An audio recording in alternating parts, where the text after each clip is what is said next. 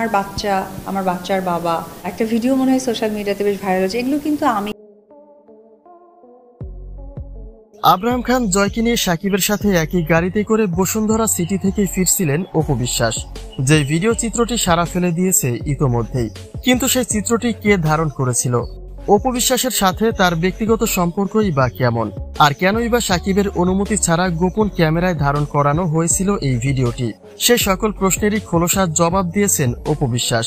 তাই তার বিস্তারিত জানতে সম্পূর্ণ ভিডিওটি দেখে সঙ্গে থাকুন। অপু বিশ্বাসের ভাইরাল ভিডিওটি প্রকাশ হবার পরেই পজিটিভের পাশাপাশি কিছু নেগেটিভ মন্তব্য দেখা যায়। বলা হচ্ছে সবটাই অপু বিশ্বাসের পরিকল্পিত, অর্থাৎ ব্যক্তিগতভাবে সাকিব তাকে সঙ্গ দেন না, আর তাই ছেলের সাথে সাকিবের সঙ্গ পেয়েই আড়াল থেকে লোক দিয়ে ভিডিও ধারণ করেছেন অপু বিশ্বাস এবং তার র্যান্ডম পেজের মাধ্যমে প্রকাশ করে সম্পূর্ণ গল্পটা পাবলিকের উপরে চাপিয়ে দিয়েছেন, যেন সাকিবের থেকে কোনো প্রকার চাপ প্রয়োগ না হয় তার বিরুদ্ধে।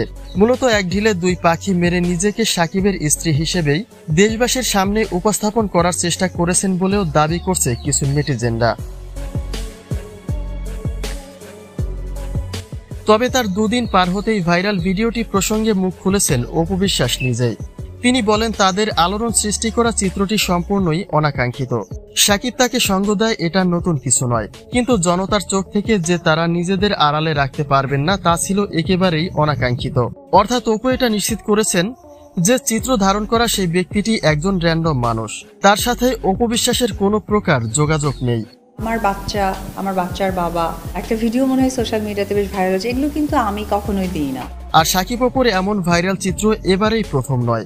যুক্তরাষ্ট্রেও নিজেদের আত্মগোপনে রাখার হাজার চেষ্টার পরেও তারা সেখানেও ব্যর্থ হয়েছেন। তাহলে সেই চিত্রগুলিতে যদি র্যান্ডম পাবলিকের হাত থাকে, তাহলে এবারে ধারণ করা চিত্রে অপু বিশ্বাসের হাত কিভাবে থাকতে পারে?